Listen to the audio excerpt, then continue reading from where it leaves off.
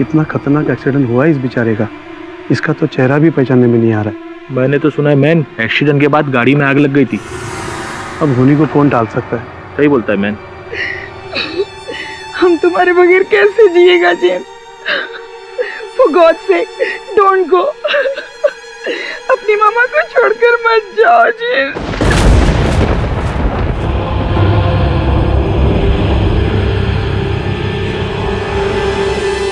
मामा आप संभालो अपने आप को, प्लीज डोंट क्राई। तुम रोएगा तो जेम्स की सोल को बहुत दुख पहुंचेगा। हमारा जेम्स नहीं मर सकता, कभी नहीं मर सकता।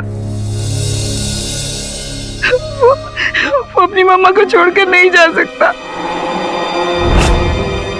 वो वापस आएगा।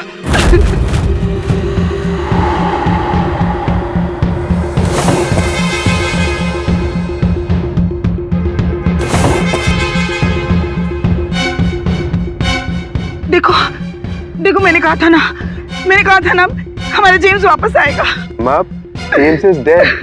देखो उसका कॉफी मिला, देखो।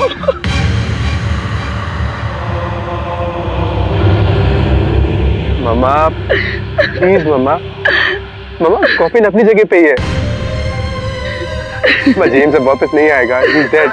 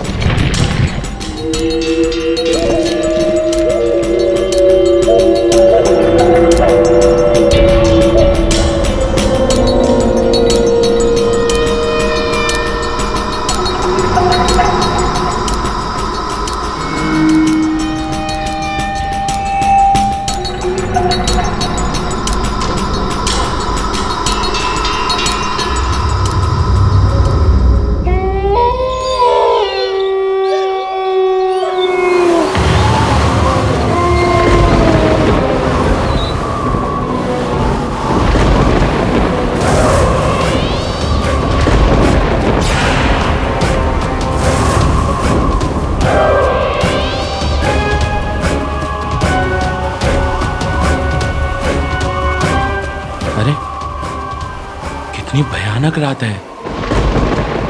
बिजली कड़क रही है, आंधी आ रही है।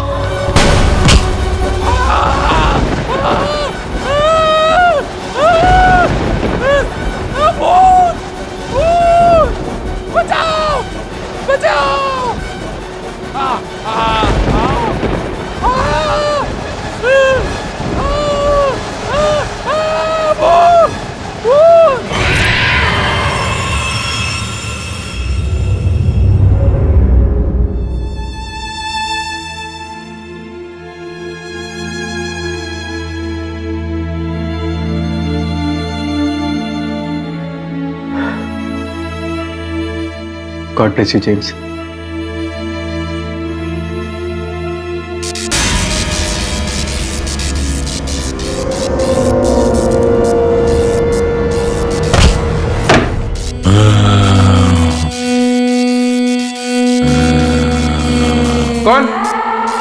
कौन हो तुम? अरे कौन हो तुम?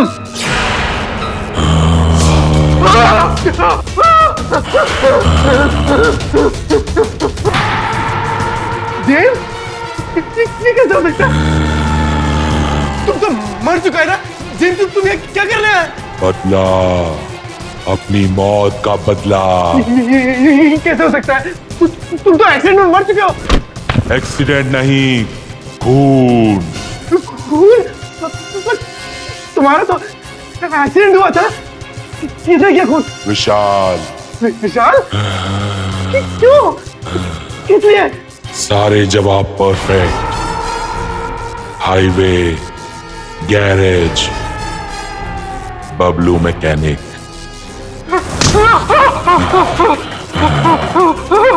हमको इंसाफ नहीं मिला तो कोई भी नहीं बचेगा, कोई भी नहीं, तुम भी नहीं।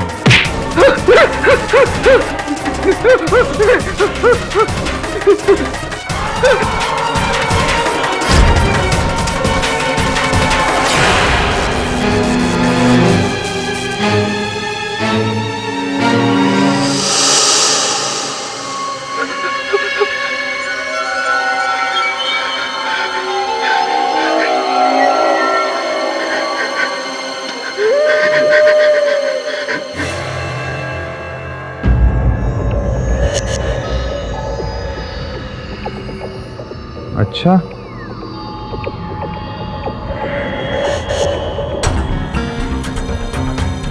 तो आप ये कह रहे हो कि आपको एक लाश मिली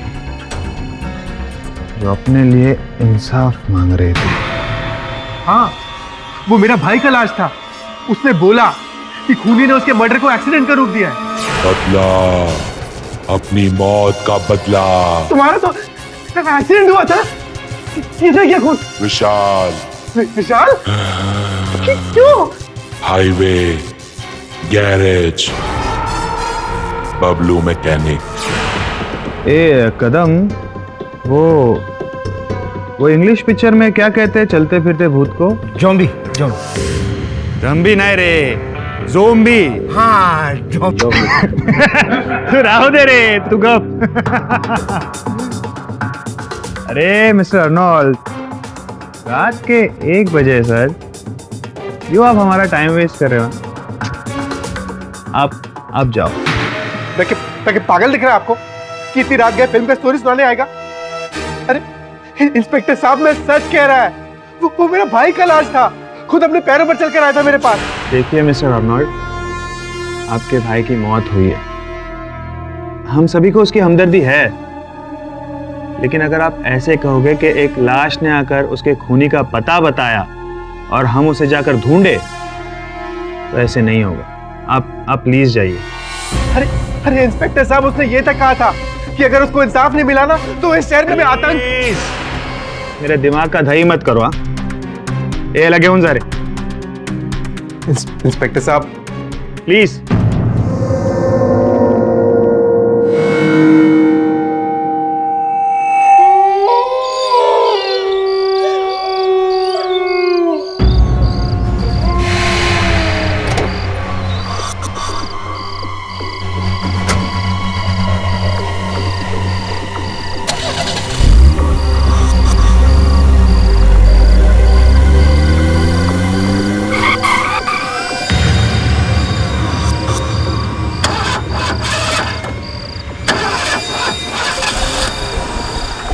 अरे ये गाड़ी को क्या हो गया अचानक?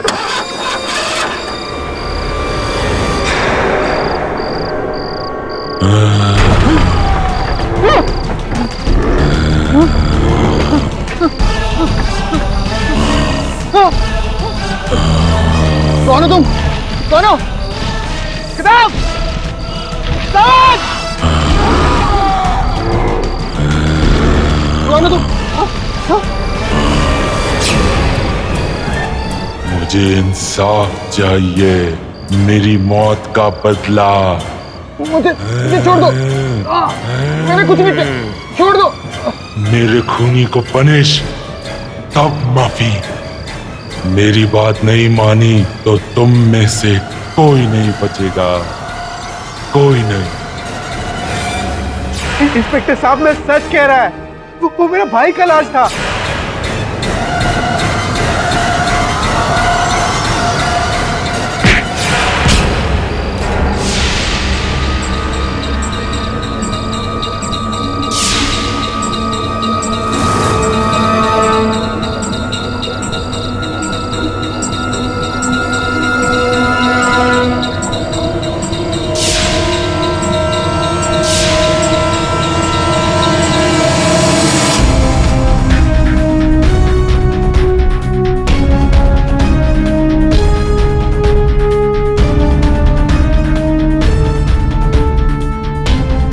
साहब यही जगह था साहब जहां से एक हाथ निकला, मेरा मेरा पैर पकड़ लिया था साहब।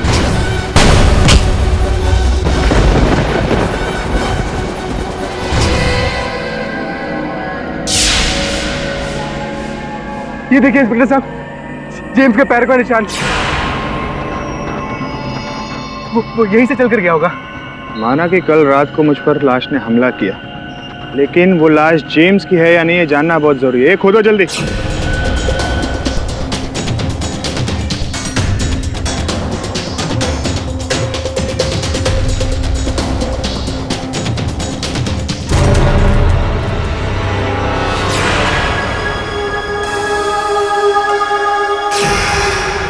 देखा इंस्पेक्टर साहब, लाश गायब है।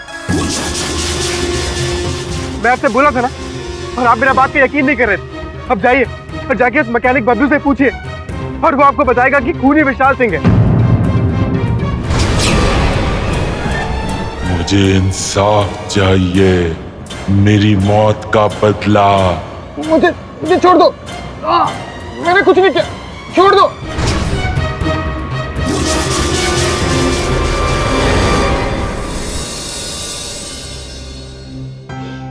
कॉलेज के दिनों से देख रहा हूं तुम्हें, तुम्हारी रोने की आदत अभी तक गई नहीं। रो नहीं तो क्या करूं, मेरे पति निर्दोष होकर सलाखों के पीछे। केडी, ये एक अजीब केस है। पुलिस का कहना ये है कि एक चलती फिरती लाश यानी ज़ोंबी ने आकर कहा कि विशाल ने खून किया है। ज़ोंबी? अच्छा। और पुलिस ने मान लिया।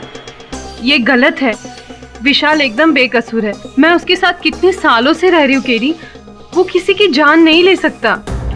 देखो सुमिता, मैं तुम्हारी बात से सहमत हूँ, लेकिन अखबारों में जो छपा है और जो आम जानकारी है उसके अनुसार जेम्स और तुम्हारे पति के बीच तो मुठभेड़ होती रहती थी। तो इसका मतलब ये नहीं कि वो किसी का खून कर देगा।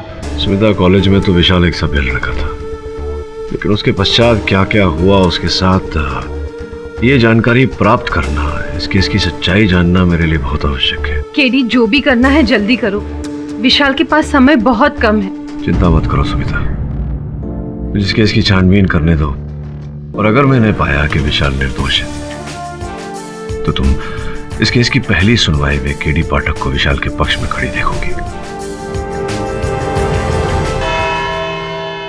योर ऑनर, जेम्स पार्कर की मौत का ये केस है, बाकी केसेस से काफी अलग है। It is quite interesting. 4 दिसंबर 2013 को जेम्स अपने काम से अपनी कंपनी कार में मुंबई से पूना जा रहे थे। अचानक उनकी गाड़ी की ब्रेक फेल हो गई और मौके पे ही जेम्स की मौत हो गई। अब इंटरेस्टिंग बात यह है कि ये मौत एक एक्सीडेंट की वजह से नहीं हुई, ये एक वेल प्लान्ड मर्डर था जिसे एक्सीडेंट का रूप दिया गया था।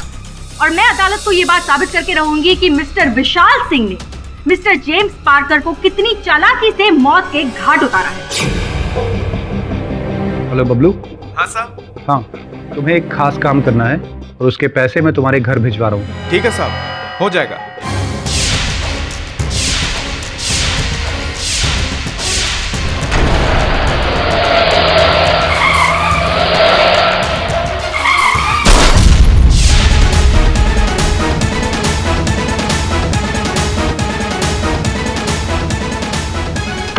Surabhi Dixit,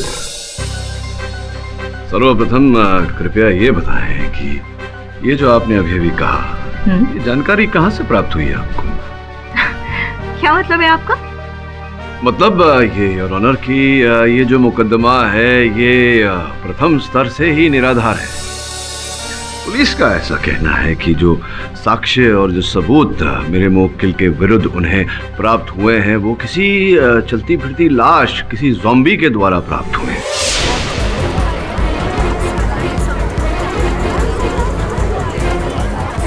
order order, silence in the court please. Your honour, सबूत तक पहुंचने की वजह जरूरी नहीं है, मेरे ख्याल से सबूत जो है वो जरूरी है। नहीं तो क्या कहना चाहती है आपकी अदालत जो भूत प्रेत चलती फिरती लाशों में नहीं मानती, वो किसी ज़ॉम्बी की, किसी चलती फिरती लाश की कथन को दर्ज करके उस पर मुकदमा खेले? ये मेरे मुवक्किल को फंसाने के लिए एक गहरी चाल है। लाश है, हमारा भाई हमारे पास खुद चल कर आया था। शांत हो जाइए आपको जो भी कहना है कटघरे में आकर कहिए। जज साहब, हम अपना भाई को अच्छे से पहचानते हैं। वो हमारा भाई जेम्स ही था जो उस रात घर के अंदर आया था। तुम्हें क्या करना है तुम? बदला, अपनी मौत का बदला। इसे क्या खून? विशाल,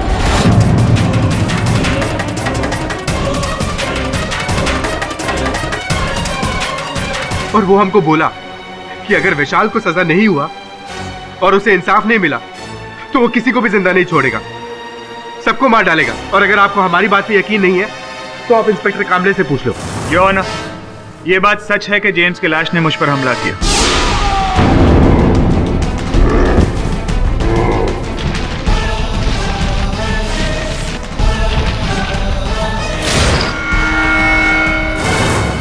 ये देखिए, ये उसके पंजे के निशान।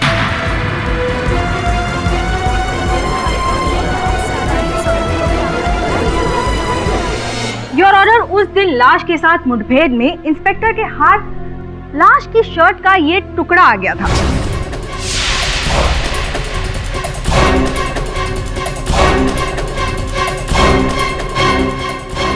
और तहकीकात से पता चला है कि ये वही शर्ट का टुकड़ा है जिसमें जेम्स पार्कर को दफनाया गया था। और योर ऑनर, सिर्फ इंस्पेक्टर पर ही नहीं बल्कि ग्रेवयार्ड के गार्ड पर भी हमला हुआ है। हाँ साहब, उस दिन रात में अपनी आंखों से देखा, कब्र में से एक हाथ निकला।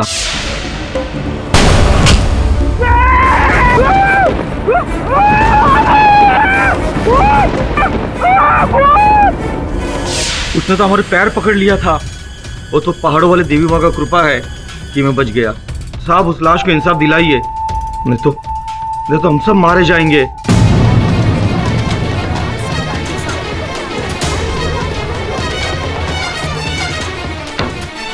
चिंता मत करो ललन, जो दोषी है उसे दंड अवश्य मिलेगा। योर ऑनर, अभियोग पक्ष के तीनों साक्षी वही कह रहे हैं जो मैं कह रहा कि ये जो कथन है जिसके आधार पर ये केस लड़ा जा रहा है वो एक चलती फिरती लाश का कथन है।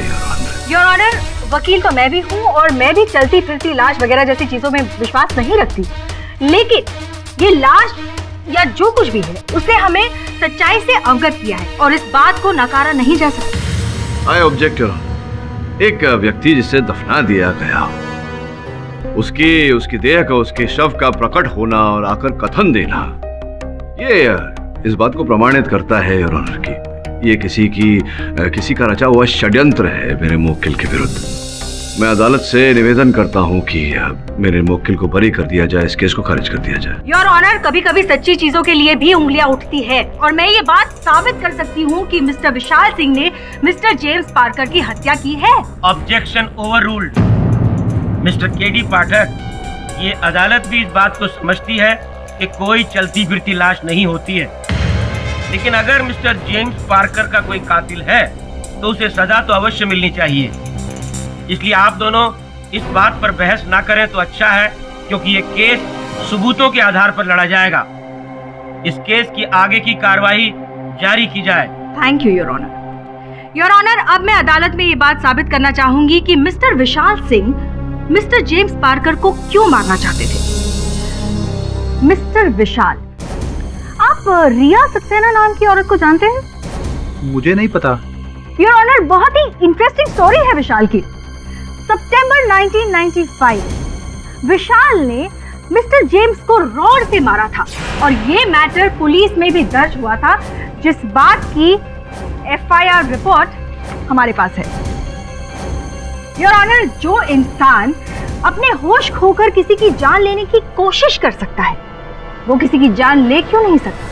मिस दीक्षित, जिस समय की आप बात कर रही हैं उस समय मेरे मुवक्किल कॉलेज में थे और कॉलेज में योर ऑनर अल्हड़ उम्र होती है। इस उम्र में ऐसी भूल हो जाती है, हम सब से कहीं ना कहीं हुई। चलिए आपको समझदारी की उम्र की एक बात बताते हैं। योर ऑनर, जेम्स और विशाल दोनों की इंसिडेंटली एक ही कंपनी में नौकरी लगी। अब अपनी काबिलियत की वजह से जेम्स कुछ ही समय में मिस्टर विशाल के बॉस बन गए। कैसी बातें करती हो स्मिता? तुम्हारे बर्थडे पे तुम्हें डिनर पे नहीं लेके जाऊंगा तो पड़ोसन को लेके जाऊंगा क्या? रेडी रहो, 1 घंटे में आ रहा हूँ। बाय। अरे इतनी जल्दी तुम कहाँ जा रहे हो? मुझे कहीं जाना है जेम्स। जेम्स नहीं, सर बोलने का। तुम्हें पता नहीं मैं तुम्हारा बॉस हूँ? I am sorry sir. Very good. अच्छा, मिस्टर रेड्डी के फाइल का क्या हुआ? वो तो मंडे को प्रेजेंट करना है, मैं कल रेडी कर दूंगा। No no no no no, मुझे फाइल आज ही कंप्लीट चाहिए। लेकिन जेम्स, सर मेरी वाइफ का बर्थडे है आज। तो क्या हुआ? ऐसा करो, तुम रिजाइन दे दो और वाइफ के साथ बर्थडे बनाओ। विशाल, तुमने जो कॉलेज में सर पे रॉड मारा था ना, उसका दर्द मुझको आज तक याद है। और मैं जैसे बोलता हूँ वैसे ही करो। मुझे 1 घंटे में फाइल रेडी चाहिए, ऑन माई टेबल, समझे?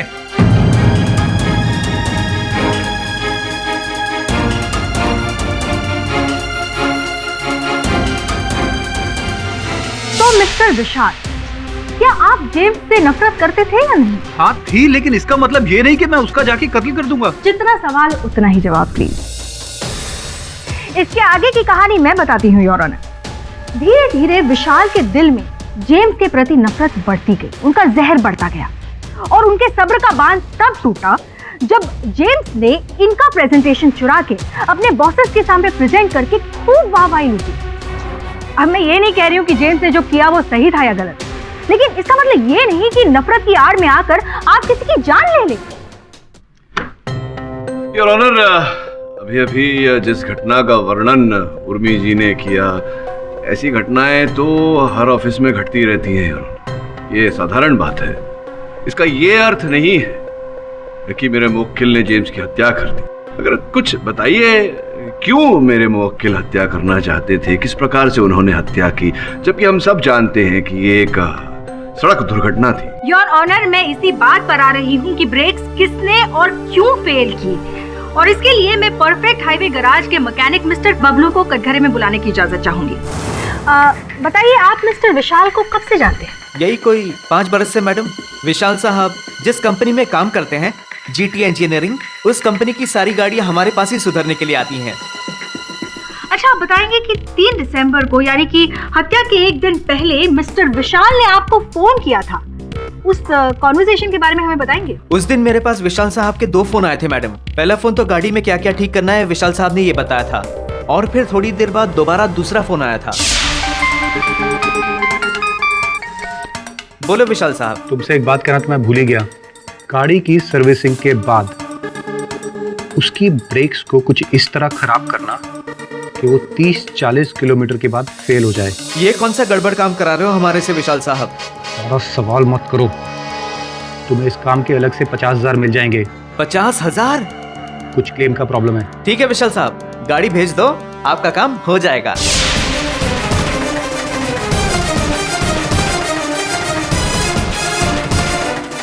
योर ऑनर, ये आदमी झूठ बोल रहा है। मैंने इसे गाड़ी की रिपेयर के लिए जरूर कहा था, लेकिन गाड़ी के ब्रेक फेल करने के लिए नहीं बोला। उस टेलीफोन कॉन्वर्सेशन की ट्रांसक्रिप्ट हमारे पास मौजूद है और ये मैं अदालत में पेश करना चाहूंगी। Your witness please. इस समय कोई प्रश्न नहीं है। केडी, ये आदमी झूठ बोल रहा है। केडी,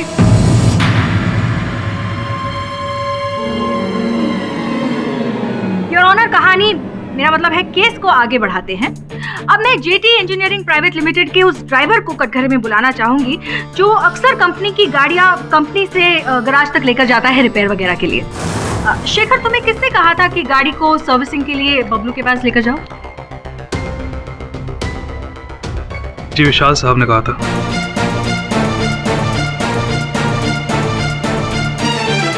विशाल सिंह साहब ने? अच्छा, आपको ये बताया था कि गाड़ी में क्या क्या रिपेयर करवाना है? वैसे तो विशाल सर हमेशा मुझसे कह देते थे कि गाड़ी में क्या क्या काम करवाना है, लेकिन इस बार उन्होंने कहा तुम गाड़ी लेकर गैराज जाओ। गाड़ी में क्या क्या काम करवाना है ये मैंने मैकेनिक को बता दिया है। Mister Pathak, your witness. जी नहीं अरुण, कोई प्रश्न नहीं।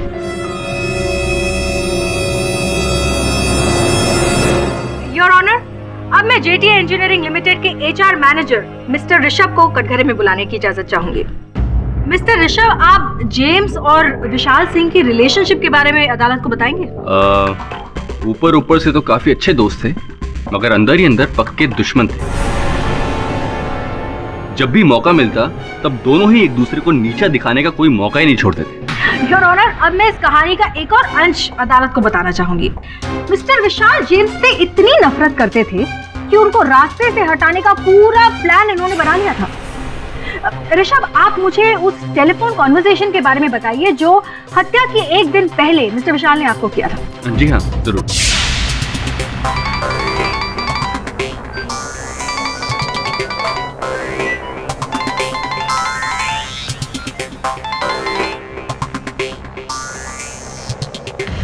हाँ विशाल बोलो। ऋषभ, ये जेम्स अपने आप को समझता क्या है? प्रेजेंटेशन के बाद तो उसका खेल खत्म हो जाएगा। हाँ। मंडे को उसका आखिरी दिन होगा ऋषभ। मंडे को जेम्स फिनिश होगा।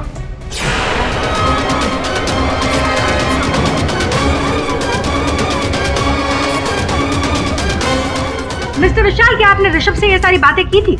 जी हाँ बोली थी, लेकिन इसका मतलब ये नहीं कि देखो विशाल, यहाँ झूठ बोलने की कोशिश मत करो। और शायद तुम भूल रहे हो कि मैं इस कंपनी का HR मैनेजर हूँ और सबसे की हुई बातें मैं रिकॉर्ड भी करता हूँ बॉस को सुनाने के लिए। क्या बात है, तो बड़े चतुर हैं ऋषभ जी।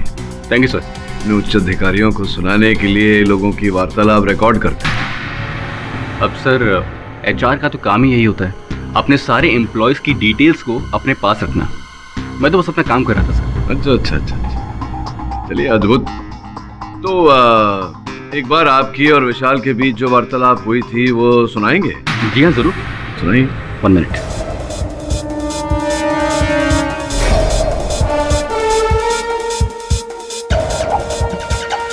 हाँ विशाल बोलो। ऋषभ, ये जेम्स अपने आप को समझता क्या है? प्रेजेंटेशन के बाद तो उसका खेल खत्म हो जाएगा। हाँ। मंडे को उसका आखिरी दिन होगा ऋषभ। मंडे को जेम्स फिनिश होगा।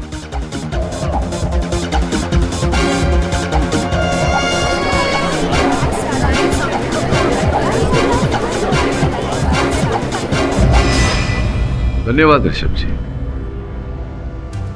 योर ऑनर, जैसा कि हम सब ने रिकॉर्डिंग में सुना, जो वाक्य कहे गए थे वो कुछ ऐसे थे कि कल उसका खेल खत्म होने वाला है, कल ऑफिस में उसका अंतिम दिन होगा, ना कि इस जग में उसका अंतिम दिन होगा। योर ऑनर, तो इन वाक्यों से मुझे नहीं लगता कि यहाँ कोई किसी की हत्या करने की बात कर रहा है। I object your honour.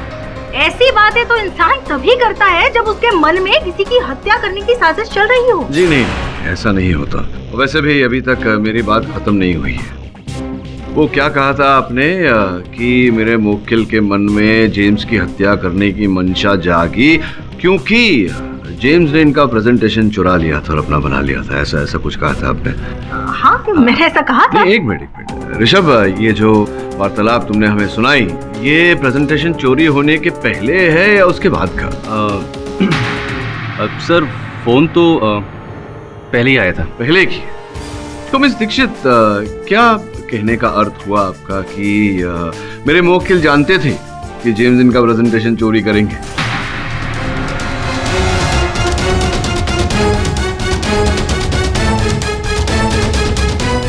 और ऑनर, ऐसी परिस्थिति में ऋषभ जी की बात मानकर मेरे मुवक्किल पर आरोप लगाना ये उचित नहीं होगा। और बबलू की बात, उस ड्राइवर की बात? हाँ, उन्हें नहीं भूला। समय आ गया है उनसे पूछताछ का। बबलू, तुमने कहा था कि फोन किया था विशाल सिंह ने तुम्हें पूरा विश्वास है कि जिस व्यक्ति ने फोन किया था तुम्हें विशाल सिंह ही था, विशाल सिंह की ही आवाज थी? ये बहुत बेकार बात कर दी वकील साहब आपने। सालों से मेरी बात विशाल साहब से हो रही है, मैं उनकी आवाज को अच्छी तरह से पहचानता हूँ। अर्थात तुम्हें पूरा विश्वास है कि वो व्यक्ति जो तुमसे बात कर रहा था वो विशाल सिंह ही था? पूरा 200% विश्वास है साहब। बबलू! संजू, तू यहाँ क्या कर रहा है? अरे तारे को तो ढूंढ रहा हूँ मैं। ये सब क्या हो रहा है? साहब, मैं बबलू का दोस्त हूँ संजू, इसी के घर से भागता हुआ आ रहा हूँ मैं। वो बबलू की इसकी बीवी के साथ अर्जेंट बात करानी है। देखिए, इस तरह कोर्ट में फोन पर बात करना अलाउड नहीं है, आप बाहर जाकर बात करिए। बहुत अर्जेंट है साहब, इसके बेटे का एक्सीडेंट हो गया। योर ऑनर, मैं मानता हूँ कि कोर्ट में फोन पर बात करना कोर्ट के नियमों का उल्लंघन होगा, लेकिन यहाँ स्थिति कुछ गंभीर लग रही है। इसी कारण मैं निवेदन करता हूँ आपसे कि बात कर लेने दीजिए ना। जल्दी बात करवाइएगा।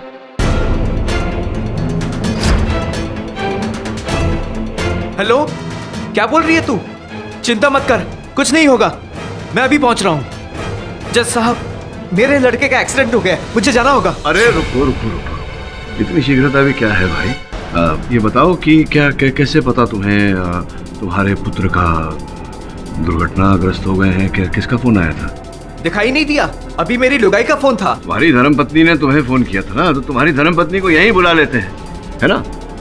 आइए जरा, आइए अंदर आइए। कहाँ हैं? अरे बॉस, मैडम,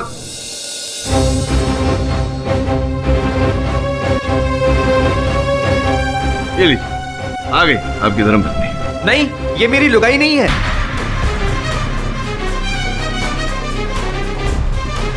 नहीं, अगर ये तुम्हारी धर्मपत्नी नहीं है तो फिर तुम्हारी धर्मपत्नी ने फोन नहीं किया था तुम्हें, क्योंकि फोन तो इन्होंने किया। ये सब क्या हो रहा है योर ऑनर? आप साबित क्या करना चाहते हैं मिस्टर पाठक? क्षमा चाहता हूँ योर ऑनर, वास्तविकता को सामने लाने के लिए मुझे ये छोटा सा खेल खेलना पड़ा। जो फोन इन्हें आया था वो इनकी पत्नी ने नहीं, इन महिला ने किया था। किंतु इन्हें लगा कि इनकी पत्नी से बात हो रही है इनकी। जब वर्षों से विवाहित पत्नी का स्वर नहीं पहचान पाई है फोन पर, तो हम कैसे मान ले कि विशाल सिंह ने ही इन्हें फोन किया था और वो विशाल सिंह की ही आवाज थी जो इन्होंने पहचानी।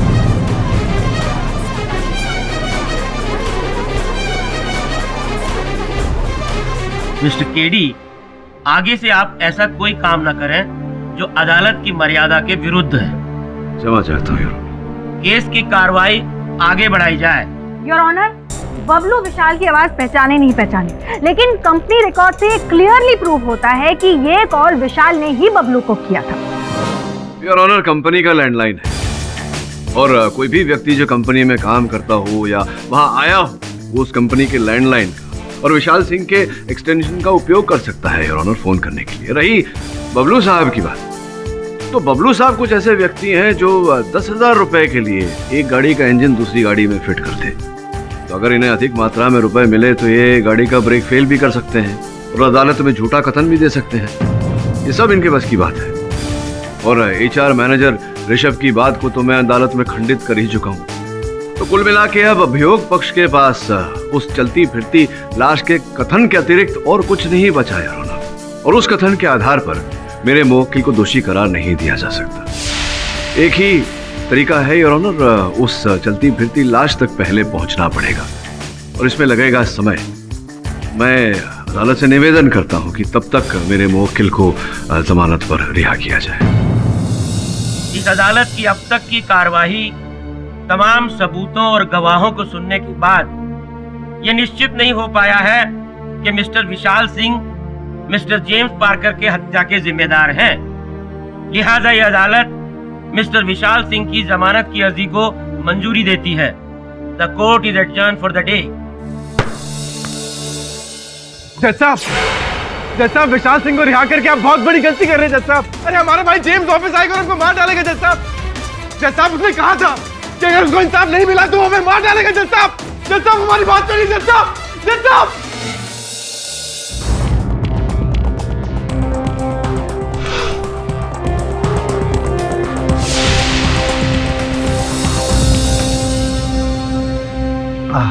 गरम चाय। वरुण भाई, क्या पढ़ रहे हो? ज़ॉम्बीज़ के बारे में। अरे वरुण भाई, ऐसा भूत के बारे में काय को पढ़े ले हो? भूत को इतना भाव नहीं देने का, पता है काय को? भूत को इतना भाव देंगे ना, भूत आएगा रात को तुम्हारे पास। तू कुछ भी बोलता है। सर, मैंने रिसर्च किया है, दुनिया में बहुत सारे लोग हैं जिन्हें सचमुच लगता है कि ज़ॉम्बी होते हैं। तुझे क्या लगता है? सर, दिमाग तो मानने को तैयार नहीं है कि ज़ॉम्बी होते हैं, पर दिल कह रहा है कि जब इतने सारे लोगों ने देखा है तो कहीं ना कहीं इस बात में सच्चाई तो होगी सर। वरुण, केस लड़ते समय दिल की नहीं दिमाग की सुननी चाहिए।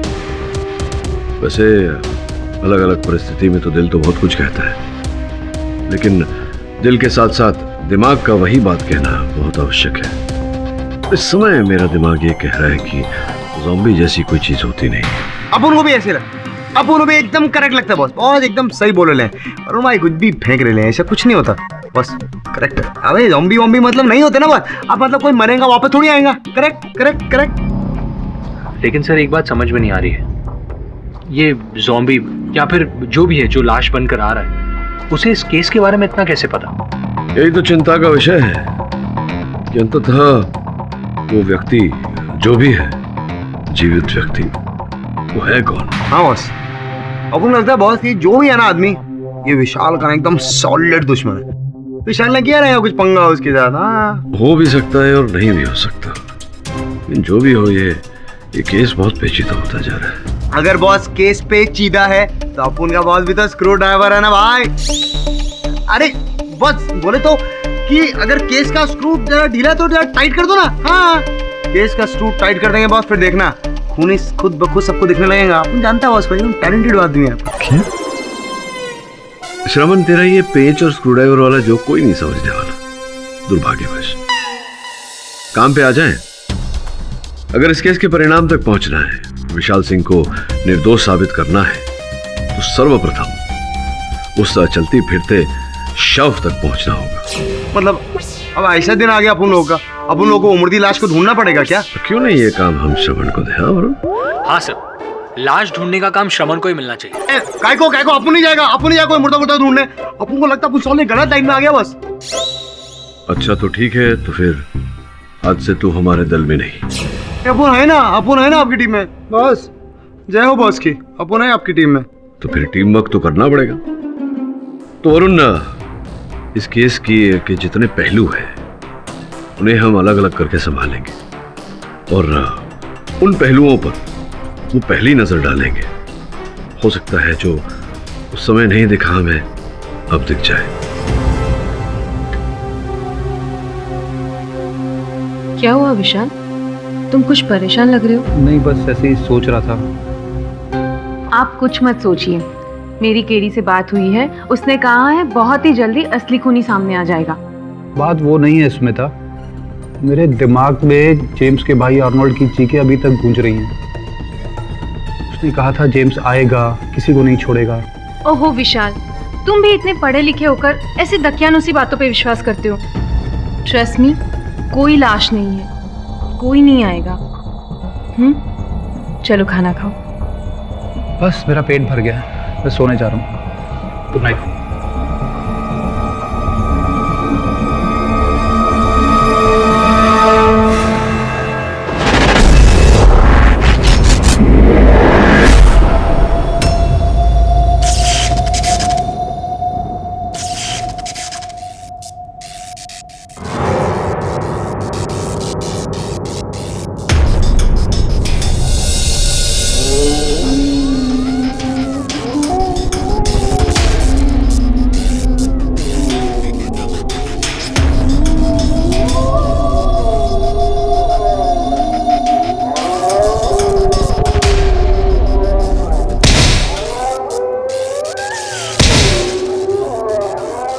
इतनी रात को कौन आया होगा?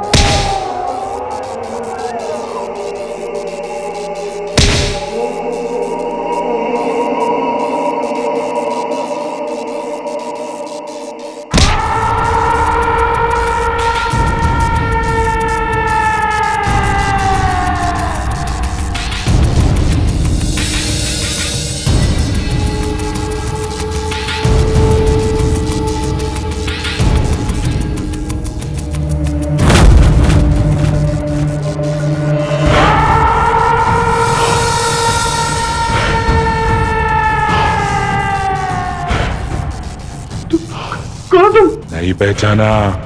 जेम्स? हाँ मैं। क्या चाहिए तुम्हें? इंसाफ चाहिए, अपनी मौत का बदला।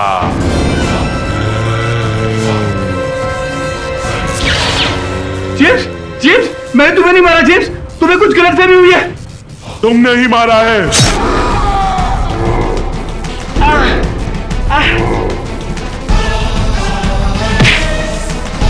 विशाल,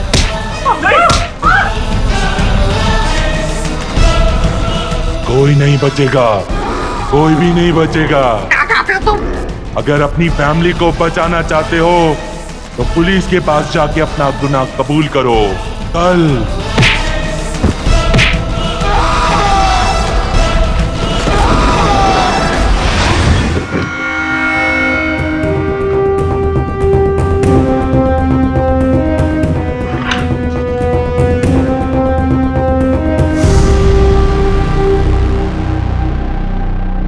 विशाल, तुमसे बात करने आया हूं मैं। केडी, तुम चले जाओ यहाँ से। मुझे किसी से कोई बात नहीं करनी है। देख विशाल, मैं यहाँ तेरे वकील नहीं, तेरे दोस्त की हैसियत से आया हूँ। तो दोस्त होने के नाते मुझे ये जानने का अधिकार है कि सुमिता मेरा फोन क्यों नहीं उठा रही, और तो दोषी ना होते हुए भी अपने आप को दोषी क्यों बोल रहा है? किसने कहा तुमसे कि मैं बेकसूर हूं? मैंने ही मारा है जेम्स को। मैंने ही बबलू मैकेनिक को बोला था उसकी ब्रेक्स काटने को। अच्छा, तूने किया ये सब, तो पहले क्यों बोला कि तूने नहीं किया? मैं इस बारे में कोई बात नहीं करना चाहता हूं।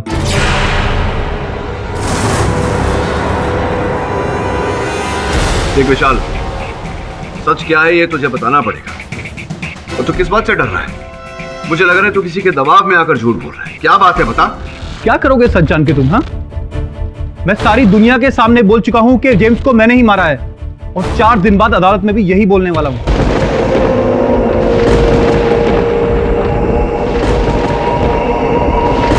हमारा जेम्स नहीं मर सकता,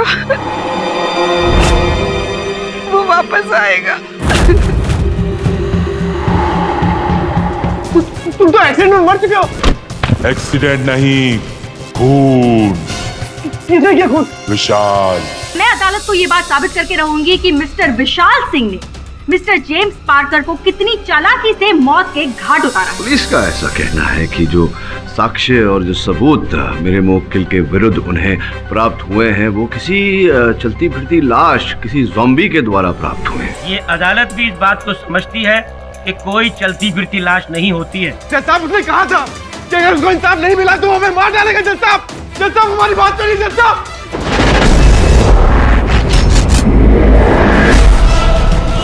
कोई नहीं बचेगा, कोई भी नहीं बचेगा। अगर अपनी फैमिली को बचाना चाहते हो तो पुलिस के पास जाके अपना गुनाह कबूल करो। विशाल, तुमसे बात करने आया हूं मैं। केडी, तुम चले जाओ यहाँ से। मुझे किसी से कोई बात नहीं करनी है। देख विशाल, मैं यहाँ तेरे वकील नहीं, तेरे दोस्त की हैसियत से आया हूँ। तो दोस्त होने के नाते मुझे ये जानने का अधिकार है कि सुमिता मेरा फोन क्यों नहीं उठा रही, और तो दोषी ना होते हुए भी अपने आप को दोषी क्यों बोल रहा है? किसने कहा तुमसे कि मैं बेकसूर हूं? मैंने ही मारा है जेम्स को। मैंने ही बबलू मैकेनिक को बोला था उसकी ब्रेक्स काटने को। अच्छा, तूने किया ये सब, तो पहले क्यों बोला कि तूने नहीं किया? मैं इस बारे में कोई बात नहीं करना चाहता हूं।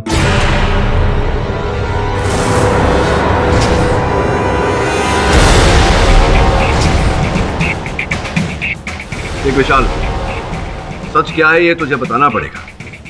और तू किस बात से डर रहा है? मुझे लग रहा है तू किसी के दबाव में आकर झूठ बोल रहा है। क्या बात है, बता। क्या करोगे सच जान के तुम? हाँ, मैं सारी दुनिया के सामने बोल चुका हूं कि जेम्स को मैंने ही मारा है, और 4 दिन बाद अदालत में भी यही बोलने वाला हूं। विशाल, अब भी बोल रहा हूं, सत्य क्या है ये बता दे मुझे। केडी, प्लीज मेरी मुश्किलें और मत बढ़ाओ। अगर तुम सच में मेरी मदद करना चाहते हो तो प्लीज यहां से चले जाओ।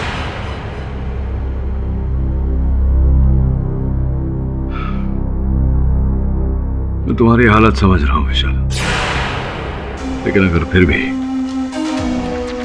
तुम मुझसे सत्य कहना चाहो तो बुलवा लेना।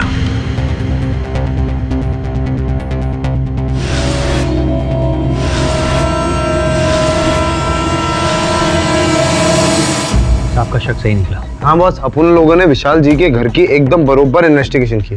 सर, घर की हालत देखकर और सुमिता जी से बात करके लग रहा है कि किसी ने सुमिता जी और विशाल पर जानलेवा हमला किया है। किसी ने नहीं, उसी ने, उसी व्यक्ति ने जो चलती फिरती लाश बनकर घूम रहा है, और उसी ने विशाल को इतना डराया है कि बेचारा निर्दोष होते हुए भी अब अदालत में अपने आप को दोषी कहेगा। जो भी सच्चाई हो सर, कई लोगों ने ज़ॉम्बी को देखा है। देखा है क्योंकि वो अपने आप को दिखाना चाहता है। वो लोगों को डराकर उनके मन में भय पैदा करना चाहता है ताकि विशाल को सजा दिला सके। पर बॉस, ये लाश बन के कौन घूम रेला होएगा? ये जो भी है, मुझे पूरा विश्वास है कि ये विशाल के साथ ही काम करता है, या फिर उसके ऑफिस में इसका आना जाना है। ये आप कैसे कह सकते हैं? देख, ब्रेक फेल करने से पहले विशाल के ऑफिस से फोन किया गया था। तो द्वितीय बात यह है कि उस व्यक्ति को पता था कि जेम्स पूना कब जा रहा है। आप सही कह रहे हैं सर। बस अपन को लगता है या तो वो ऋषभ एचआर आएगा या वो भी हो सकता है वो ड्राइवर शेखर, और या जेम्स का भाई आर्नोल्ड, वो भी हो सकता है बस। वो भी तो हो सकता है तेरा दोस्त ज़ॉम्बी। सर मान लीजिए कि हमने उस लाश की सच्चाई जान भी ली तो इसका क्या फायदा होगा? अगर विशाल ने अदालत में अपना जुर्म कबूल कर लिया तो? क्या बॉस, अपन लोग इधर टेंशन में और आप हंस रहे हैं। कमाल है बॉस। हाँ, हंस रहा हूं क्योंकि उस व्यक्ति ने विशाल के मन में जो भय पैदा किया है उसे निकालने का रास्ता मैंने ढूंढ लिया। आगे आगे देखो होता है क्या।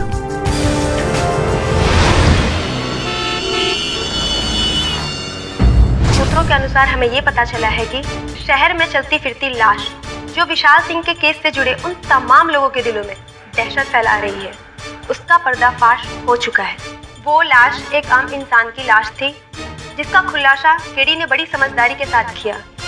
इस ज़ॉम्बी के पकड़े जाने से केस में नया रूप देखने को मिल सकता है। आगे की जानकारी हमारे संवाददाता मनीष से मिलेगी जो इस वक्त केडी के ऑफिस के बाहर है। मनीष, क्या आपकी केडी से इस विषय में कोई बातचीत हुई?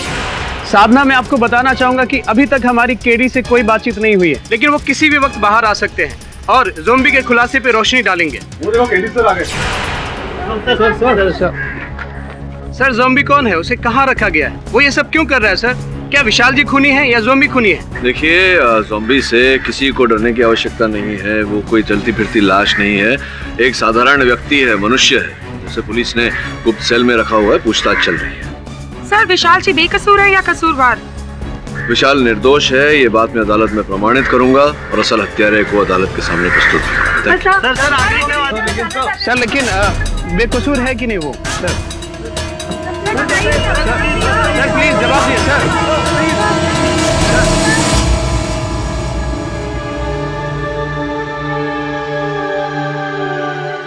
अरे काहे मुंह लटकाए बैठे हो? अब तो खुश हो जा, केडी पाठक ने चन्नी वाली लाश को पकड़ लिया है। क्या? हाँ, हर जगह यही खबर आ रही है। केडी पाठक ने टीवी पे बोला है कि विशाल सिंह खूनी नहीं है। वो अगली सुनवाई में ये साबित कर देंगे।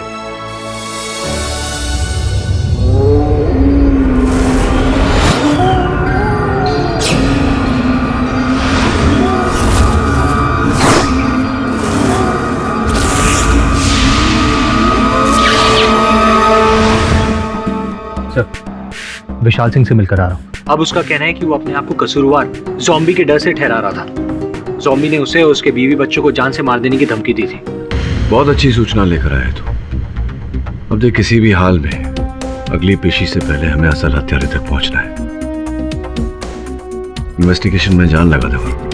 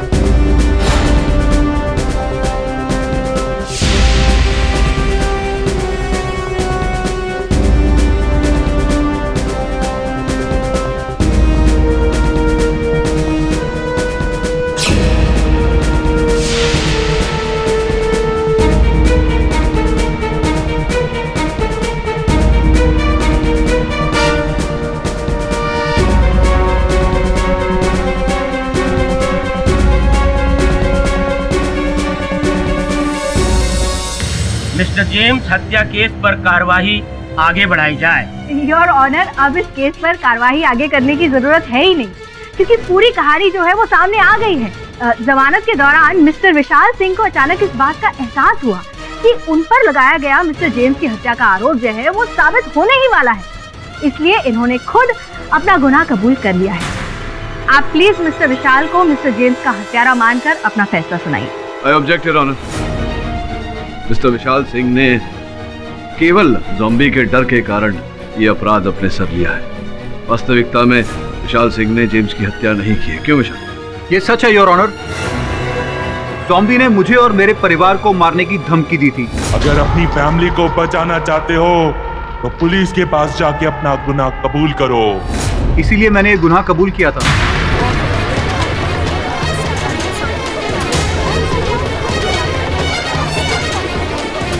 Order order, silence in the court please.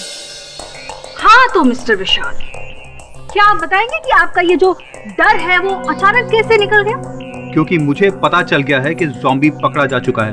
अब मुझे उसका कोई डर नहीं। हम में से तो किसी को भी इस बात का पता नहीं है। मुझे जेल में पता लगा था कि ज़ॉम्बी पकड़ा गया है। केडी पाठक ने चन्नी वाली लाश को पकड़ लिया है। क्या? हाँ, हर जगह यही खबर आ रही है। और एक हवलदार ने मुझे अखबार में भी दिखाया था। ओह आई सी। तो कौन सी जेल में है ये ज़ॉम्बी? मुझे क्या पता। तो क्या आपको पता है मिस्टर पाठक? मुझे इस बारे में कोई चर्चा नहीं करनी। मिस्टर केडी पाठक, आपको इस बात का जवाब देना ही होगा, क्योंकि इस बात से तो मैं भी वाकिफ हूँ कि आपने टीवी पर ज़ॉम्बी के पकड़े जाने की खबर दी थी। अगर ज़ॉम्बी सचमुच पकड़ा गया है तो आप उसे अदालत में पेश कीजिए, या फिर अपने इस झूठ बोलने की कोई खास वजह अदालत को बताइए। क्षमा चाहता हूँ योर ऑनर, मुझे ज़ॉम्बी के पकड़े जाने का ये झूठा समाचार फैलाना पड़ा।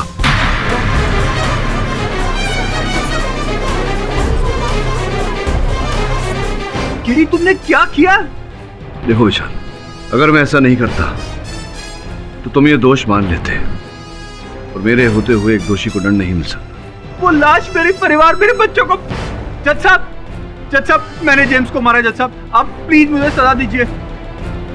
योर ऑनर, अभी कुछ समय पहले ही विशाल सिंह ने इस कोर्ट में कथन दिया है कि ये आरोप इन्होंने अपने सर लिया केवल उस ज़ॉम्बी के भय के कारण। तो क्या इसके चलते हम एक दोषी को दंड दे सकते हैं? ये अदालत कभी नहीं चाहेगी कि किसी भी कारण से किसी बेकसूर को सजा मिले। धन्यवाद योर ऑनर। इस केस में एक ऐसा मोड़ आया है जो हमें सीधा हत्यारे के दरवाजे तक पहुंचा देगा। योर ऑनर, कोई जानता भी नहीं था कि वर्षों पहले जेम्स और रीटा का विवाह हुआ था, और रीटा अदालत में उपस्थित भी है।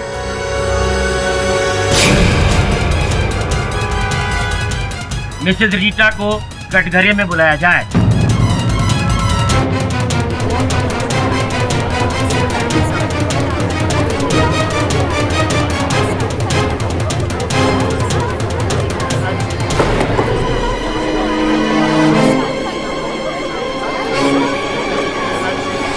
जो कुछ पूछना है जल्दी पूछिए, मुझे जल्दी कहीं पहुंचना है।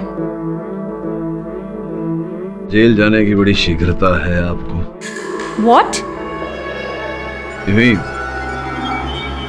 ये आपका स्वास्थ्य तो ठीक है ना? आपको भी लड़खड़ाते हुए देखा। हाँ, वो मुझे कभी कभी चक्कर आ जाते हैं। पूछिए आपको जो पूछना है।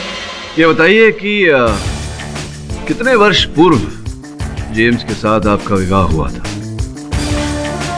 ये कोई ठीक से याद नहीं है। 10-12 साल पहले। हाँ, आपका मैरिज सर्टिफिकेट जो हमारे पास है उसके अनुसार 11 वर्ष पूर्व। ये बताइए कितने वर्षों से आप और जेम्स अलग अलग रह रहे थे? क्या स्टूपिड सवाल है ये। योर ऑनर, शायद मिस्टर पाठक के पास प्रूव करने के लिए कुछ है नहीं, इसलिए इधर उधर के गवाहों को लाकर ये कोर्ट का समय बर्बाद कर रहे हैं। योर ऑनर, जिनकी हत्या हुई है उनकी धर्मपत्नी से प्रश्न नहीं करूंगा तो किससे करूंगा? Objection overruled. हाँ बताइए, कितने वर्षों से आप और जेम्स अलग अलग रह रहे हैं? 5 साल से हम अलग रह रहे हैं। 5 वर्षों से आप अपने पति से अलग रह रही हैं, तो अब तक आपका डिवोर्स नहीं, विवाह विच्छेद नहीं हुआ था? नहीं हुआ? होना चाहिए था ना। ना, भगवान ना करे किसी के साथ भी ऐसा हो। तो विवाह से पहले जेम्स अपनी माताजी के साथ रहते थे। विवाह के पश्चात आप दोनों अलग रहने चले गए, माताजी के साथ नहीं रहते थे। क्यों ऐसा? क्योंकि हम दोनों की शादी जेम्स की मम्मी की मर्जी के खिलाफ हुई थी, इसलिए। चलिए ये बताइए कि क्या कारण था आप दोनों के अलग होने का? जेम्स एक नंबर का बददिमाग इंसान था। फैमिली क्या होती है ये तो उसे मालूम ही नहीं था। बस दिन रात शराब पीना और मुझ पे हाथ उठाना। क्षमा कीजिएगा, सुना तो ऐसा है कि आपको शराब पीने की बुरी लत थी, इस कारण आप दोनों अलग हुए। How dare did you say that? किसने कहा आपसे? शांत हो जाइए रिया जी। आप मुझ पे ये झूठे इल्जाम लगा रहे हैं? शांत हो जाइए रिया जी। देखिए, अगर फिर आपने इस तरह की बात की ना तो मैंने कहा ना, शांत हो जाइए। ये इतना क्रोध और इतनी भारी मात्रा में मदिरा का सेवन करना ये सेहत के लिए हानिकारक होता है। योर ऑनर, मेरे पास श्रीमती रीटा जी का मेडिकल रिपोर्ट है जिसके अनुसार ये भारी मात्रा में मदिरा का सेवन करती थी। एक बार नहीं 2 बार इन्हें रिहैबिलिटेशन सेंटर भेजा गया था। शराब छुड़ाओ संस्था में रखा गया था इन्हें, लेकिन उसके बावजूद उनकी शराब नहीं छूटी।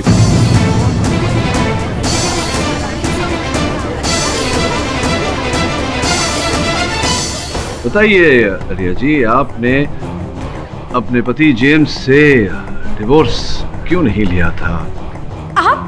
आप कहना क्या चाहते हैं कि हमें डिवोर्स ले लेना चाहिए था? किस तरह के इंसान हैं आप? एक औरत के पति की अभी मौत हुई है और आप इस तरह की बातें कर रहे हैं। योर ऑनर, लगता है श्रीमती रीटा मेरे प्रश्न को उत्तर देने के स्थिति में नहीं है। मैं इनके स्थान पर आर्नल्ड को कटघरे में बुलाने की अनुमति चाहता हूँ। मेरा को तो आज ही पता चला कि मेरा भाई जेम्स का शादी भी हुआ था। अच्छा, संभवतः आप भूल रहे हैं कि जब जेम्स की शादी हुई थी रीटा के साथ, तो मैरिज रजिस्ट्रार के सामने साक्षी के रूप में आपने हस्ताक्षर किए थे। देखो आर्नल्ड, जो भी हो ये अदालत है और यहाँ पर अगर झूठ बोला तो आप पर कार्यवाही होगी। तो चलो सच सच बताओ कि आपके भैया और उनकी भाभी का विवाह विच्छेद क्यों नहीं हुआ था, डिवोर्स क्यों नहीं हुआ? आई एम सॉरी सर, मगर वो बात यह है कि ये जो रीटा है ना, एकदम पागल औरत है। अगर अभी इधर मैं इसके बारे में कुछ बोलेगा ना तो ये मेरे घर में आके मेरे से लड़ाई करेगा। जल्दी बोलो, क्यों बुलाया है मुझे? मुझे क्लब पहुंचना है। देखो रीटा, बात ऐसी है, ना तुम मेरे साथ खुश हो ना मैं तुम्हारे साथ खुश हूँ। इससे अच्छा होगा कि हम डिवोर्स लेते हैं, इस पे साइन कर दो। You stupid man! मैंने तुमसे कितनी बार बोला है कि मुझे 1 करोड़ रुपए कंपनसेशन के चाहिए, या फिर ये घर मेरे नाम कर दो और डिवोर्स पेपर पे साइन लेकर जाओ। अगर मैं प्रॉपर्टी और पैसा ना दूं तो क्या करोगी तुम मेरा? बोलो, क्या करोगी? जान लोगी मेरी? अगर जरूरत पड़ी तो ऐसा करने से पहले सोचूंगी नहीं।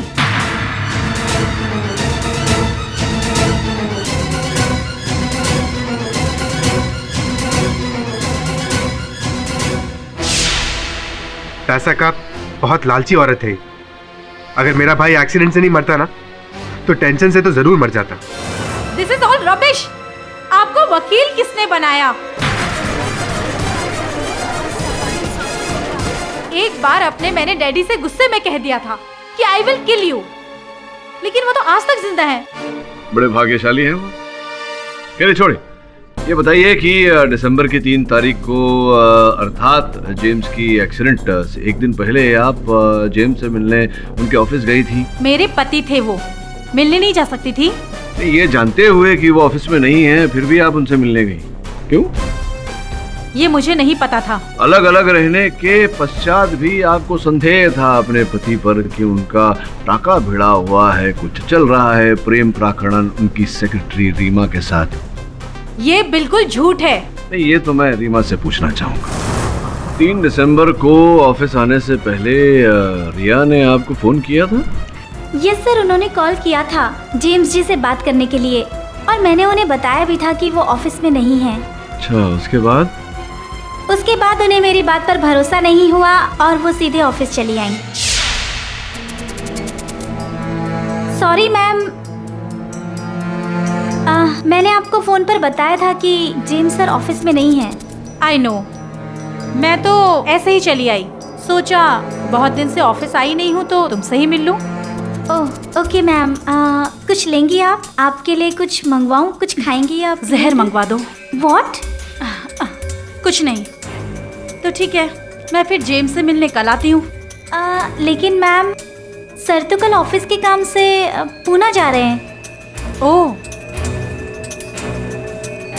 वैसे तुम्हारे बाल तो बहुत सुंदर हैं। तुम भी उनके साथ जा रही हो? वेल, सर ने अभी मुझे साथ चलने के लिए कहा तो नहीं है। रात में कह देंगे। जी? कुछ नहीं। और उस दिन हमें रीटा मैम के इंटेंशन कुछ ठीक नहीं लगे। तो अब आप अपने झूठ के बारे में क्या बोलना चाहेंगे? हाँ, झूठ बोला था मैंने, क्योंकि मैं नहीं चाहती थी कि कोई ये समझे कि मैं अपने पति पर शक करती थी। संदेह तो आपने अपने पति पर किया था, इसी कारण आप ऑफिस से निकलकर सीधा बबलू मैकेनिक के पास गई अपने पति की हत्या की मंशा लेकर। हाँ, झूठ बोला था मैंने, क्योंकि मैं नहीं चाहती थी कि कोई ये समझे कि मैं अपने पति पर शक करती थी। संदेह तो आपने अपने पति पर किया था, इसी कारण आप ऑफिस से निकलकर सीधा बबलू मैकेनिक के पास गई अपने पति की हत्या की मंशा लेकर।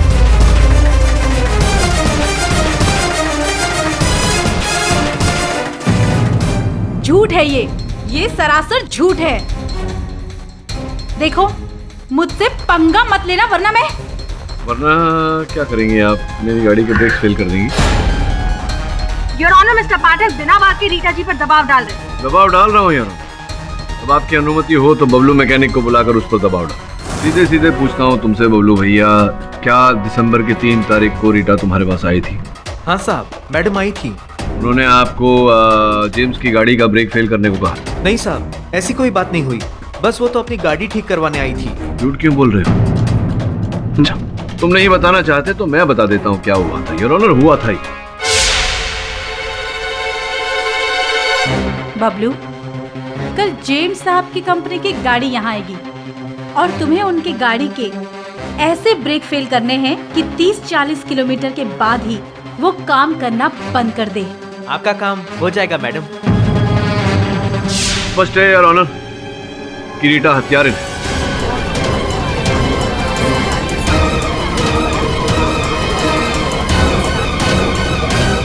और बबलू ने झूठ बोला था कि मेरे मुवक्किल विशाल ने इससे कहा था गाड़ी के ब्रेक्स फेल कर। ये गलत बात है साहब जी, ऐसा कुछ नहीं हुआ था। अगर ऐसा नहीं हुआ था बबलू, तो जब तुमने कथन दिया था अदालत में तो रीटा के बारे में क्यों नहीं बताया हमें? छिपा कर क्यों रखा? वो इसलिए साहब, मिस्टर जेम्स अपनी निजी गाड़ियां भी हमारे गैरेज में अपनी कंपनी के पैसे से सुधरवाते थे। बस यही कारण था मैडम रीटा के बारे में ना बताने का। योर ऑनर, बबलू झूठ बोल रहा है क्योंकि हत्या में ये भी बराबर का हिस्सेदार था। नहीं साहब, मैंने कोई खून नहीं किया। देखो बबलू, तुम्हारी सच्चाई सामने आ गई है। बाकी की सच्चाई भी बता दोगे तो अच्छा रहेगा। सीधे सीधे पूछता हूँ तुमसे बबलू भैया, क्या दिसंबर की 3 तारीख को रीटा तुम्हारे पास आई थी? ऐसा कुछ नहीं हुआ था साहब, पर यह बात सच है कि मैडम रीटा ने उस दिन हमसे पूछा था। बबलू, एक बात बताओ। पूछो मैडम जी। क्या किसी गाड़ी के ब्रेक इस तरह से खराब किए जा सकते हैं कि वो कुछ घंटों बाद ही काम करना बंद कर दे? ये क्या बात कर रहे हैं मैडम जी? अरे तुम बताओ तो। बिल्कुल हो सकता है मैडम, पर ये काम केवल बबलू ही कर सकता है, दूसरा कोई और नहीं। बस यही बात थी साहब, पर हम सच कह रहे हैं, हम इससे ज्यादा और कुछ नहीं जानते साहब। योर ऑनर, दिसंबर की 3 तारीख को सर्वप्रथम ये इनके पति जेम्स के ऑफिस गई। अगले दिन का जेम्स का दिनचर्या पता किया इन्होंने उनकी सेक्रेटरी रीना से, जिसके पश्चात ये बबलू मैकेनिक के पास गई और उससे जेम्स की गाड़ी का ब्रेक फेल करने को कहा। झूठ बोल रहे हैं ये सब लोग मुझे फंसाने की कोशिश कर रहे हैं। ये अर्नोल्ड, ये भी मुझे फंसाने की कोशिश कर रहा है ताकि मुझे जेम्स की जायदाद ना मिले। मैंने जेम्स का खून नहीं किया, मैं उसका खून नहीं कर सकती, मैंने उसका खून नहीं किया है।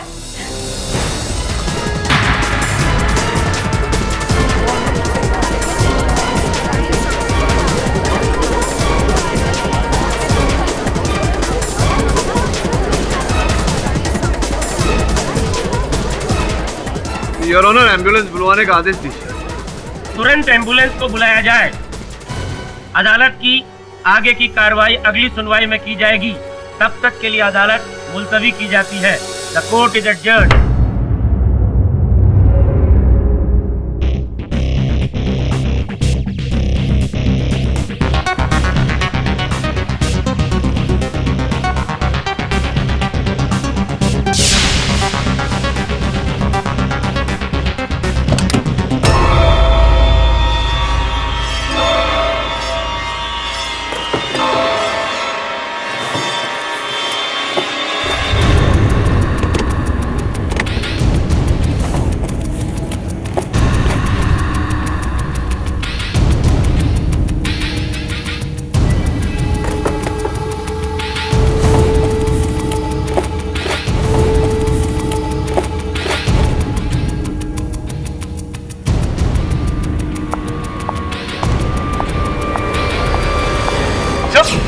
ये क्या कर रहे हैं आप? वरुण, इतने रात गए ऑफिस में क्या कर रहे थे? तो साहब ने जो काम मुझे दिया था वो करके आ गया। सर मैंने चुपके से रीटा जी के घर में इन्वेस्टिगेशन की है और बहुत ही अजीब चीज पता चली मुझे।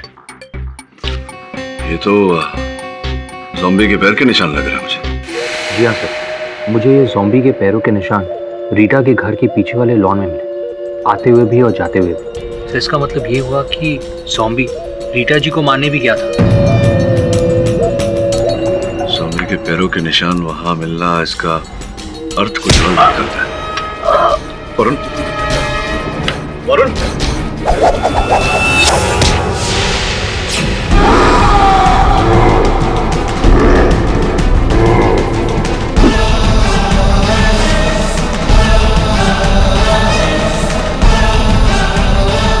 सुनो, मैं जानता हूं कि तुम कोई चलती फिरती लाश नहीं हो, तुम एक मनुष्य हो। कौन हो ये सच सच बताओ, बताओ। मैं जेम्स हूं, मुझे इंसाफ चाहिए, अपनी मौत का बदला चाहिए। देखो, इन बातों का मुझ पर कोई प्रभाव नहीं पड़ने वाला। तुम कौन हो ये बताओ।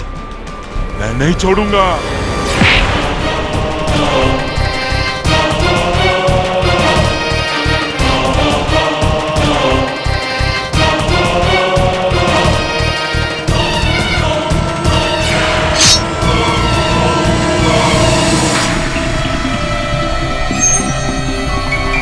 वरुण, क्या सर? तो ठीक है? हाँ सर। तो चिंता मत कर, जो भी है बच के नहीं जाएगा।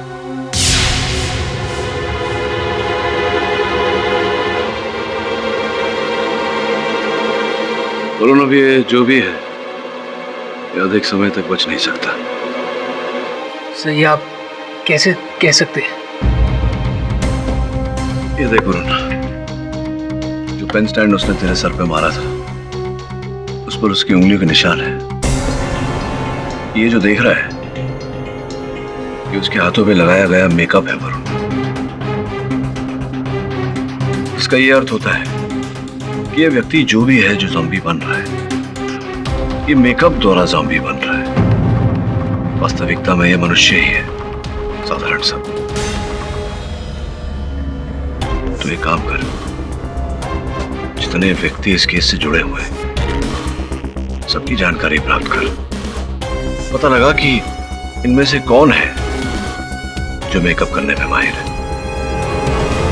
योर ऑनर, बार बार इस केस की हर पेशी में हम बस यही पता लगाने की कोशिश कर रहे हैं कि ज़ॉम्बी कौन है, लेकिन कोई इस बात की सच्चाई पर ध्यान नहीं दे रहा है कि ये केस ज़ॉम्बी पर नहीं है बल्कि मिस्टर विशाल पर है और सारे सबूत और गवाह इनके खिलाफ है। योर ऑनर, जब सच तक पहुंचने का कोई रास्ता नहीं हो तो हमें अपना रास्ता स्वयं बनाना पड़ता है। मेरा ऐसा ठोस मानना है कि इस केस के सत्य तक पहुंचने के लिए हमें उस चलते फिरते लाश तक पहुंचना बहुत आवश्यक है।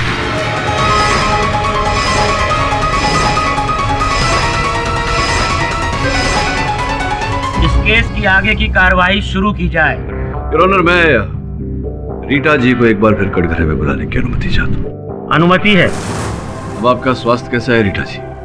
पहले से ठीक है, लेकिन अगर आपने बेतु के सवाल किए तो फिर से खराब हो जाएगी।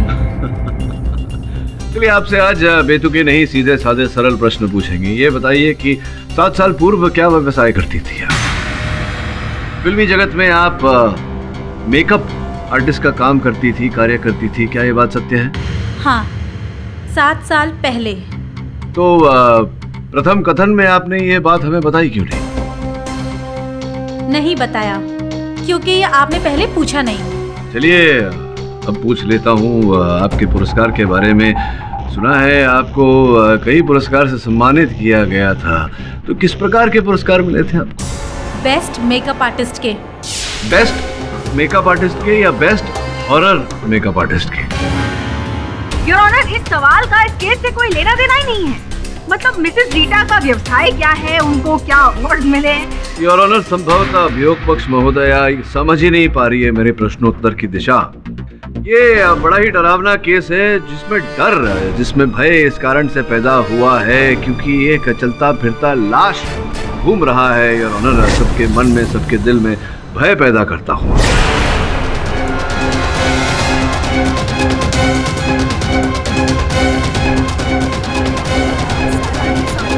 योर ऑनर, सोचने वाली बात है कि ये कैसे हो सकता है?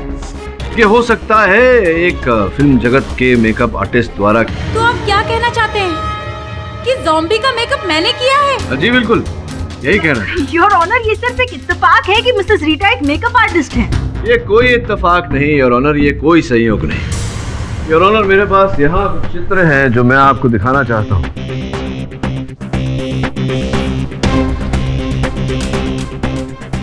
इन चित्रों में स्पष्ट रूप से दर्शाया गया है योर ऑनर किस प्रकार का मेकअप करके एक सरल साधारण व्यक्ति को ज़ॉम्बी में परिवर्तित किया जाता है, चलती फिरती लाश में परिवर्तित किया जाता है। इन चित्रों में स्पष्ट रूप से दर्शाया गया है योर ऑनर किस प्रकार का मेकअप करके एक सरल साधारण व्यक्ति को ज़ॉम्बी में परिवर्तित किया जाता है, चलती फिरती लाश में परिवर्तित किया जाता है। और इस प्रकार का मेकअप करने में रीटा जी ने महारत प्राप्त की। लेकिन इस बात का क्या सबूत है मिस्टर पाठक कि ये मेकअप मिसेस रीटा ने ही किया? समझी नहीं समझी? योर ऑनर, इस प्रकार का मेकअप करने के लिए एक विशेष धातु की आवश्यकता पड़ती है जो यहाँ भारत में नहीं मिलती। उसे लंदन से मंगवाया जाता है। और 4 दिन पहले रीटा जी ने ये जो कुरियर स्लिप मैंने आपको दिया है, ये प्रमाण है उस बात का कि 4 दिन पहले ही रीटा जी ने लंदन से वही धातु मंगवाई है योर ऑनर मेकअप करने के लिए। हाँ, मंगवाया था क्योंकि मुझे एक फिल्म में मेकअप आर्टिस्ट का काम मिल रहा था।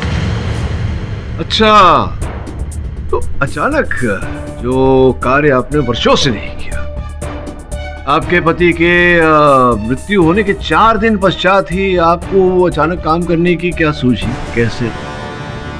योर ऑनर, मिस्टर पाठक इतने यकीन के साथ कैसे कह सकते हैं कि वो ज़ॉम्बी मेकअप लगा के घूम रहा था? तो आप क्या कहना चाहती हैं कि वो चलती फिरती लाश वास्तविकता में चलती फिरती लाश है? नहीं, आप उत्तर मत दीजिए, मेरे प्रश्न का मैं स्वयं उत्तर देता हूँ। योर ऑनर, मैं जानता हूँ, मुझे पूरा विश्वास है कि वो व्यक्ति चलती फिरती लाश का मेकअप करके घूम रहा है क्योंकि वो मेरे ऑफिस भी पधारा था और प्रमाण छोड़कर गया है। योर ऑनर, इस बात का भी प्रमाण है मेरे पास कि रीटा जी जिन्होंने ऐसे मेकअप करने में महारत प्राप्त की है, इन्होंने ही उस ज़ॉम्बी का मेकअप किया था। और इस बात का प्रमाण देने के लिए मैं उस ज़ॉम्बी को कटघरे में बुलाने की अनुमति चाहता हूँ आपसे।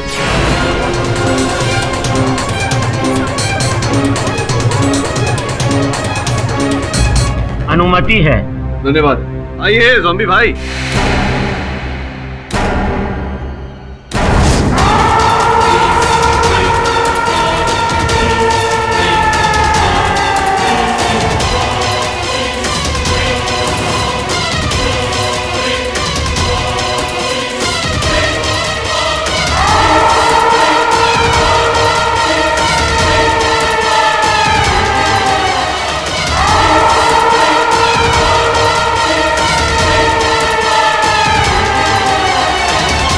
आइए पधारिए कटघरे।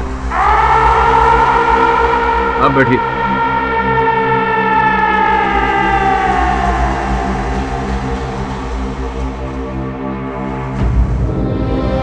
मुकेश जी, क्या आप ही वो व्यक्ति हैं जो चलती फिरती लाश बनकर सबको भयभीत कर रहे थे? जी। ऐसी तुच्छ हरकत आप क्यों कर रहे थे? किसी के कहने पर कर रहे थे? जी। किसके कहने पर कर रहे थे? वो बैठी रीटा जी। झूठे मक्कार, तू झूठ बोल रहा है। मैं नहीं झूठ बोल रहा जज साहब, रीटा जी हमारा मेकअप करती थी। हाँ वकील साहब, ये भी उन्होंने ही किया है। मैं तुझे जान से मार दूंगी। ये झूठ बोल रहा है, मैं इसको जानती तक नहीं हूँ। नहीं, झूठ तो आप बोल रही हैं। आप ही ने बनाया है ना इस ज़ॉम्बी को। ये झूठ बोल रहा है। ये तो वो ज़ॉम्बी है ही नहीं जो लोगों के घर जाकर उन पर हमला करता है। तो ये बात आपको कैसे पता?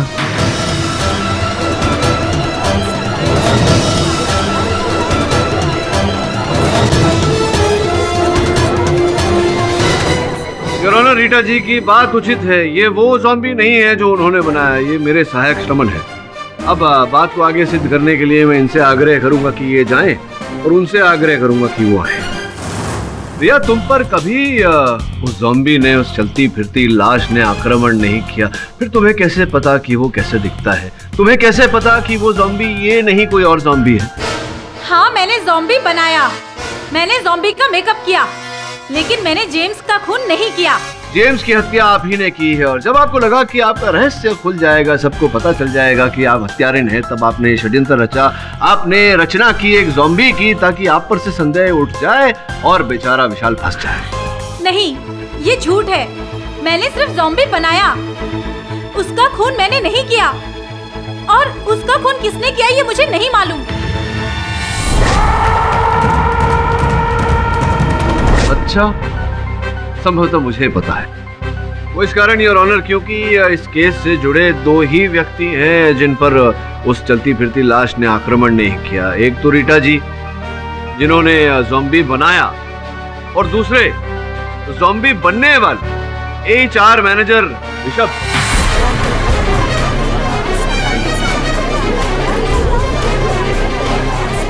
ये झूठे योर ऑनर। आपको जो भी कहना है कटघरे में आकर कहिए। योर ऑनर, मैं ज़ॉम्बी नहीं हूँ। ज़ॉम्बी तुम ही हो, और केवल ज़ॉम्बी नहीं, जेम्स के हत्यारे भी तुम ही। योर ऑनर, जब ज़ॉम्बी मुझ पर आक्रमण करने मेरे ऑफिस आया था, तब मैंने एक चाकू से उसके बाएं हाथ पर एक खरोंच मार दी थी। मैं चाहता हूँ कि हमारे HR मैनेजर ऋषभ साहब अपनी बाई बाह आपको दिखाए। देखते हैं वो खरोंच है नहीं दिखाई।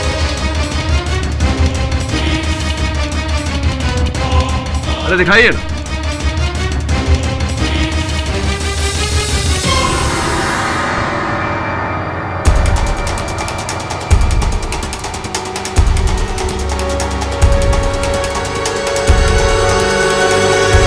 योर ऑनर, यहाँ पर तो कोई घाव का निशान नहीं है।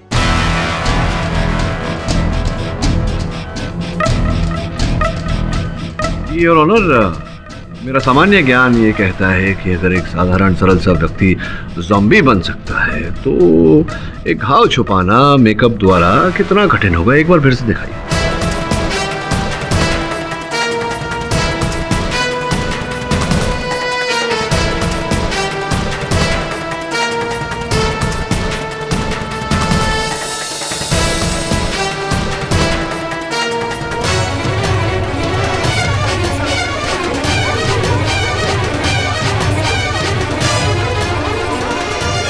Order order, silence in the court please. ये देखिए खरोंच है ना। योर ऑनर, बड़ी सुंदरता से इनके घाव को मेकअप द्वारा छिपाया गया था योर ऑनर। अब बात ये है कि रीटा जी जो हैं और ऋषभ जी जो हैं, इन दोनों में प्रेम प्रकरण चल रहा है, और आपत्तिजनक स्थिति में दोनों के चित्र आपकी मेज पर मैंने रखी है। हाँ हाँ, ये सच है कि मैं ही ज़ॉम्बी हूँ। Order order, silence in the court please. और ये भी सच है कि रीटा मेरी प्रेमिका है। मगर सर मैंने किसी का खून नहीं किया। हत्या आप ही ने की है, ये भी प्रमाणित किए देता हूँ। योर ऑनर, इनके कैबिन की मेरे पास कुछ फोटोज हैं।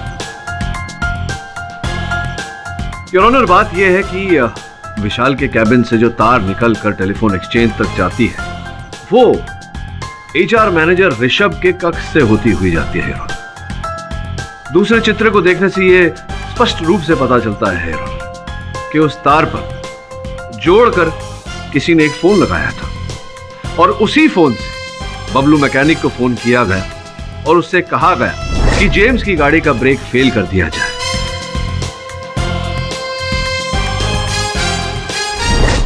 स्पष्ट है योर ऑनर कि वो फोन इनके कैबिन से किया गया था, फोन इन्होंने ही किया था और फोन इस कारण किया था कि संदेह विशाल पर है। अब भाई साहब देखिए, कहानी तो खत्म हो गई है, तो क्यों किया ये सब आपने अगर आप स्वयं ही बता दें तो बड़ी कृपा होगी आपकी। और साथ साथ ये भी बता दीजिए कि विशाल को क्यों फंसाया, इसके पीछे क्या कारण था?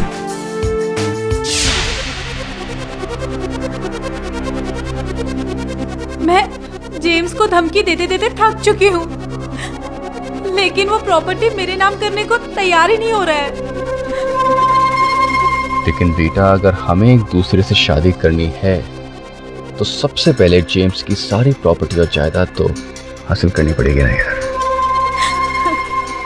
लेकिन हम लड़के तो उसकी प्रॉपर्टी हासिल नहीं कर सकते ना। लेकिन अगर जेम्स इस दुनिया में होगा ही नहीं तो ऑटोमेटिकली उसके नाम की सारी जायदाद और प्रॉपर्टी तुम्हारे नाम हो जाएगी ना डार्लिंग, समझी? विशाल को फंसाने की कई वजह थी मेरे पास। एक तो ये कि मुझे डर था कि कहीं मैं ना पकड़ा जाऊं, और दूसरी ये कि विशाल को मेरा सबसे बड़ा राज मालूम हो गया था। ये सब क्या है ऋषभ? तुम अपनी कंपनी के सीक्रेट्स दूसरी कंपनी को बेच रहे हो? रिलैक्स विशाल, रिलैक्स। अब बैठना। इतना सीरियस क्यों हो रहा है यार? बड़ी बात नहीं है, बहुत छोटी सी बात है। क्या मिलता है तुझे इतना ईमानदार बनके? हाँ? सी योरसेल्फ मैन, कितना इंटेलिजेंट है। उसके बाद भी जेम्स के अंडर काम कर रहा है। सोचा कभी? जेम्स और मेरे बीच में जो भी होता है वो हमारा निजी मामला है, लेकिन इसका मतलब ये नहीं हम जहां खाएं वहीं पे छेद करें। छोड़ना है ऐसा बकवास यार, ये बचपना छोड़, बैठ। काम की बात करते हैं। पता कितना हिस्सा लेगा? किस्सा छोड़ और अपना किस्सा सुधार। अगर मुझे पता लगा कि तूने फिर ये हरकत करी है तो सारी इंफॉर्मेशन बॉस को दे दूंगा, समझा? अभी थोड़ा ज्यादा हो गया विशाल साहब। विशाल ने मेरी सारी ऊपर की कमाई बंद कर दी थी और इसीलिए मैंने एक तीर से दो निशाने लगाए।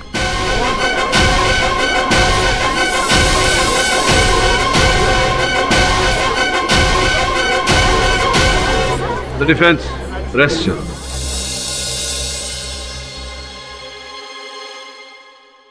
तमाम गवाहों की गवाही और सबूतों को मद्देनजर रखते हुए ये अदालत इस नतीजे पर पहुंची है कि मिसेज रीटा और मिस्टर ऋषभ जेम्स पार्कर की मौत के जिम्मेदार हैं। इन दोनों ने मिलकर न केवल मिस्टर जेम्स की हत्या की है, बल्कि ज़ॉम्बी के जरिए इस शहर में आतंक और दहशत फैलाने की कोशिश की है। लिहाजा ये अदालत दफा 302 ताजिरात-ए-हिंद इन दोनों को उम्र कैद की सजा सुनाती है और मिस्टर विशाल सिंह पर लगे सभी आरोपों से उन्हें बरी करती है। The case is closed.